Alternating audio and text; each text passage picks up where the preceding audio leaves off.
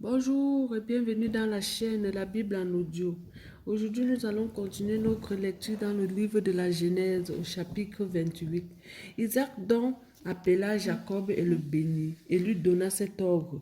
Tu ne prendras point de femme parmi les filles de Canaan.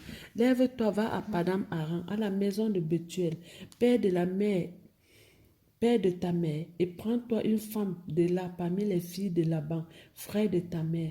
Que le Dieu Tout-Puissant te bénisse, te rende fécond et te multiplie, afin que tu deviennes une assemblée de peuples, qu'il te donne la bénédiction d'Abraham à toi et à ta postérité, afin que tu obtiennes en héritage le pays où tu as été étranger, que Dieu a donné à Abraham. Isaac donc fit partir Jacob qui s'en alla à Padam Aram vers Laban, fils de Bethuel, le Syrien, frère de Rebecca, mère de Jacob et d'Ésaü. Ésaü vit qu'Isaac avait béni Jacob et qu'il l'avait envoyé à Padam Aram, afin qu'il prenne une femme de ce pays-là pour lui et qu'il lui avait donné cet ordre quand il le bénissait, disant: Ne prends point de femme parmi les filles de Canaan. Il vit que Jacob avait obéi à son père et à sa mère, et qu'il était parti à Padan Aram. Ésaü comprit ainsi que les filles de Canaan déplaisaient à Isaac son père, et Ésaü s'en alla vers Ismaël. Il prit pour femme outre ses autres femmes, Mahalat, fille d'Ismaël, fils d'Abraham, sœur de Nabudja. Jacob partit de Bethsheba et s'en alla à Charan. Il arriva dans un lieu où il passa la nuit, parce que le soleil était couché, et il prit donc une pierre et en fit son chevet, et se coucha dans ce lieu-là. Il eut un songe, et voici, une échelle graissée sur la terre, dont le sommet touchait le ciel. Et voici les anges de Dieu montaient et descendaient par cette échelle.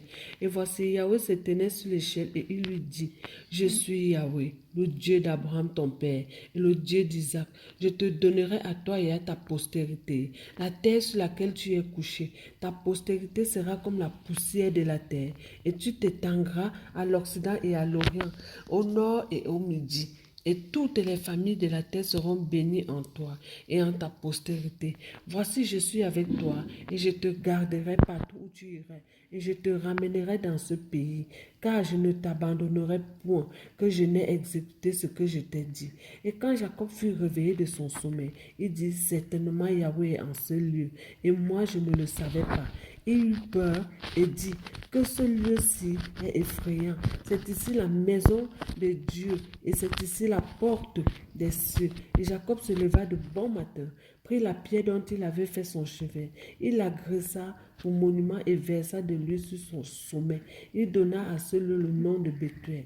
Mais auparavant, la ville s'appelait Luz. Jacob fit un vœu en disant: Si Dieu est avec moi, et s'il me garde pendant le voyage que je fais, s'il me donne du pain à manger et des habits pour me vêtir, et si je retourne en paix à la maison de mon père, alors Yahweh sera mon Dieu. Cette pierre que j'ai graissée pour monument sera la maison de Dieu.